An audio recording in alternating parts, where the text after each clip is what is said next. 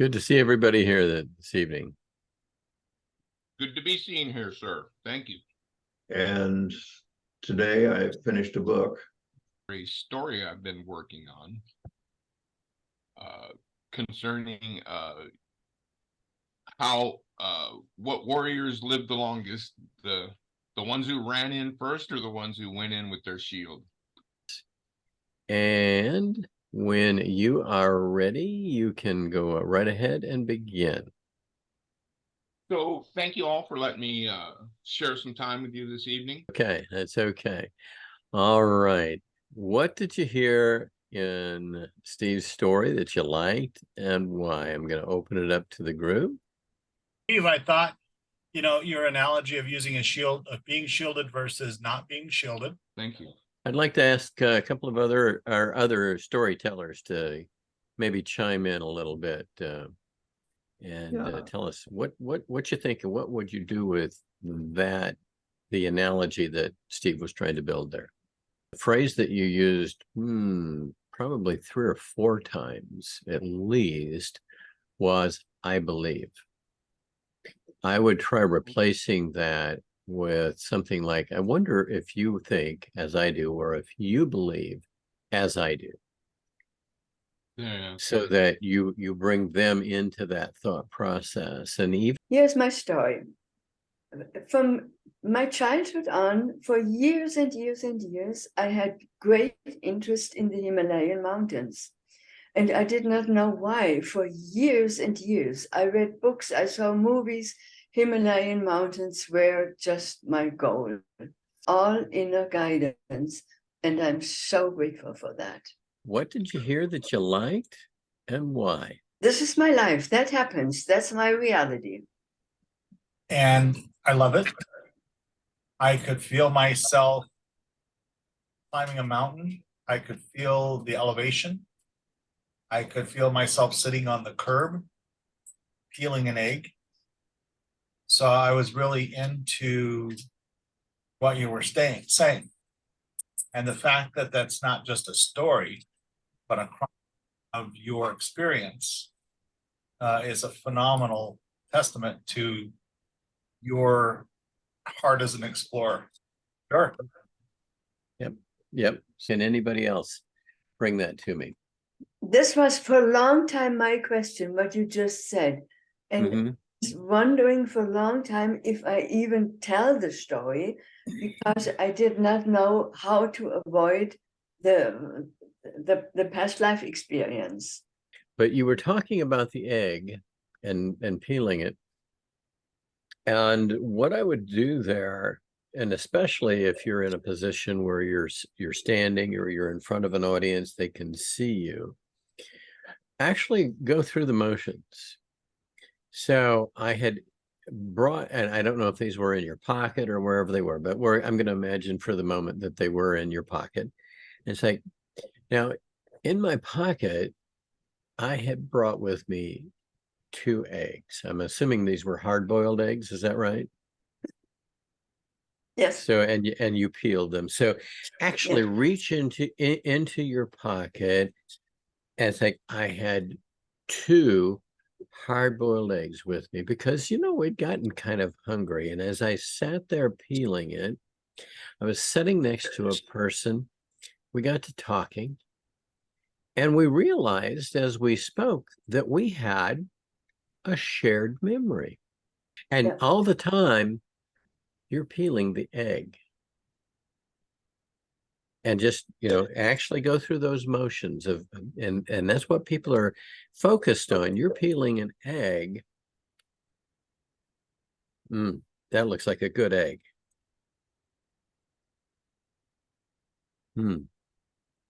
Yeah. I can remember being so hungry at the time that egg tasted delicious. You could see where Rick is saying with the egg, how you could really color that whole peeling of the egg as an unpeeling of discovery. Yeah. Okay. I'll hush now. Yeah. Yeah, thank where you so mentioned much. colored eggs, I thought sure you was going to go for Easter eggs. Oh,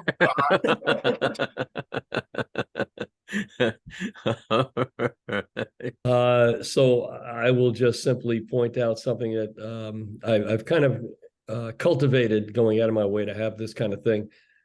We've all, to a varying degree, been experienced in getting up, or literally or figuratively, in front of an audience. But I had gotten very comfortable with staying in the comfort zone. In other words, after a while, there's a certain amount of rote, we'll say, performance that you can do, where it really doesn't take you to the edge. It doesn't necessarily make you dip deep into your tool bag, but it's adequate. And I think that I had fallen into a rut of adequate was good enough. So I mentioned last time I think I was on that I had taken on a new venture up in Flagstaff. I'm kind of leading tours at the historic mansion up there.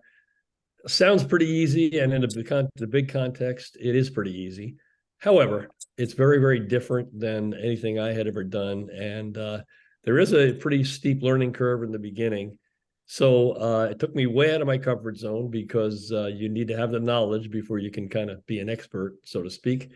And I learned to embrace the discomfort and to get used to questions to which I had no answer, not even a guess, but recognizing that there was benefit in the process, and that it was the quickest way to get up to speed, let's say, in terms of some kind of expertise. So I'm trying to incorporate that in other areas of my life where it's very easy to fall into an adequate, we'll use that word, mode, where our best would better serve us. So I kind of have resurrected that feeling with that. No pain, no gain. And it was a little painful at times in the very beginning, but the reward, as it usually is, was well worth it. So I just want to put in a plug for whatever we do, whatever level we're at. We could always benefit by going back to the early days of something we've done where it was a little painful. It wasn't second nature. We really had to dig deep. And but we grew so much in the process. And without being really any more specific than that, I will just say it's good to have it back in my life, and now the goal is to keep it there. Is to get a book by somebody from the past, not just a history book, something about history, but written. Like I went through the memoirs of U.S. Grant and his recounting of everything that he wrote down from the Civil War. And, just feeling like I was taking a walk with him and learning all the things and being able to step inside his mind and think, okay, this isn't what some 20th century or 21st century person wrote about Grant. This is things Grant wrote. This is his thoughts. And there's such a huge difference there. So everyone can probably relate to this. The one of the patriarchs of the family, who built the mansion in 1904, did a lot of traveling overseas, and they were partial to the White Star Line, which may ring a bell. And that was the line of which the Titanic was a member. He went over in 1908, 1909, and one of the trips he came back and wrote to the president of White Star and said, "I don't think you have enough lifeboats on these things."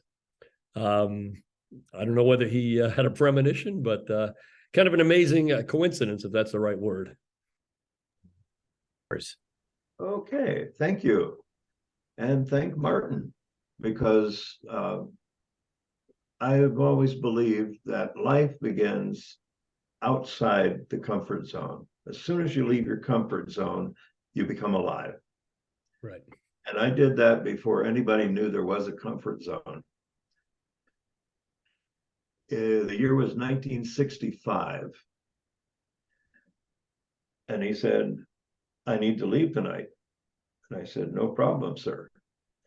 And I picked up a screwdriver and I held it over the open case of the radio and dropped it into the circuitry. And we had fireworks. We had big sparks, loud noises, lots of billowing smoke. And I explained to him that he would be in the air in 30 minutes. That started a friendship. But comfort zone, I didn't know what a comfort zone was that night. What did you hear that you liked and why? It was a great story, compelling, from start to finish. The only thing that kind of had me wondering to myself was being technologically challenged, the dropping of the screwdriver. It wasn't self-explanatory to me what exactly that was about. I mean, it kind of forged the friendship, and that's the bottom line takeaway, which is great. But was that I have no idea what the significance of dropping the screwdriver was. Okay. Do you want to tell him, Rick, or do I? An aircraft radio is powered by 24 volts DC, which means it's got a lot of amperage. There's a lot of power going on. So it was no longer repairable. Exactly. And That's the words were, you must fix it if it's repairable. and the catch-all was, you'll be in the air in 30 minutes, sir. A 3-star general said to me, I have to leave now. What are you going to do? Mm-hmm. Yeah. Yeah, absolutely. Great story. Was that Selfridge? Yes, it was Selfridge. Mm-hmm. Okay. I've been there. I assumed it might be. Yep. All right. Yep. Yeah, I lived not too far from Selfridge Air Force Base. Like you could have left a lot of folks hanging with not understanding exactly what the dropping of the screwdriver meant. So you might think about adjusting that just a little bit and actually reminding people just before the screwdriver drops. Now you realize my orders were to fix the radio if it's fixable. Oops. No, it's not fixable. It's like you'll be in the air in 30 minutes, sir. I was 69 when I had this adventure I was talking about. So it took me a long time to take action. And in my life, I have several things in which I very consciously finished a cycle. My life is going in cycles. I have a career as a choir singer, and I know clearly the last concert I was singing, that was the last, and that was the end of the cycle. The same I had with my skiing. I very consciously said farewell from the mountains with, I knew this is the last time that I'm going downhill with skiing. So I have finished several cycles, and this cycle was clearly finished with this adventure, and it was very helpful because I could move on afterwards. I was not attached to this past thing anymore. Meet up, have coffee, and that would be delightful. Yeah, I would love that. Yeah. Well, we're mountain standard time all year round. And everybody else flip-flops back and forth. So we are never on mountain daylight time. It's too complicated for me. I'm just a simple lad with simple pleasures, and that's it. I don't know how 5 minutes is. I don't think it'll probably take that long. It's a little piece that I've kind of picked up on my journey, so we'll see how it goes. Sounds good.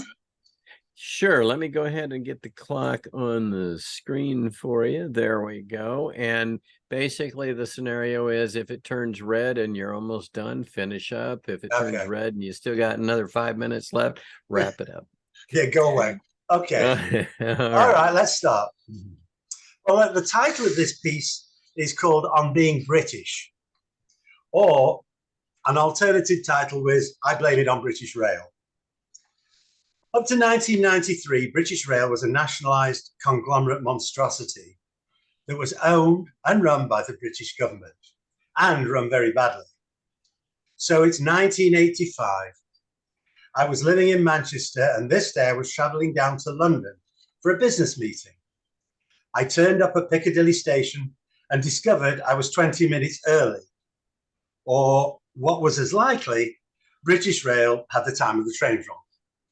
So to pass the time, I bought myself a newspaper to do the crossword, went to the buffet to get a cup of coffee and a packet of biscuits, or cookies as you Americans like to call them. While waiting, I sat at a table in the waiting room. On my left, the newspaper, on my right, the cup of coffee, and in the middle of the table, my packet of cookies. Does everybody see it? What you don't see, because I haven't mentioned it yet, is a man sitting at the table opposite me. Now, here is a perfectly ordinary man. Briefcase, business suit, smart tie, also doing the crossword. He didn't look like he was going to do anything weird. So why am I telling you this? On the face of it, this has all the makings of a completely boring story, but not so fast. He then did this. He leaned across the table, picked up the packet of cookies, tore it open, and took one out and ate it.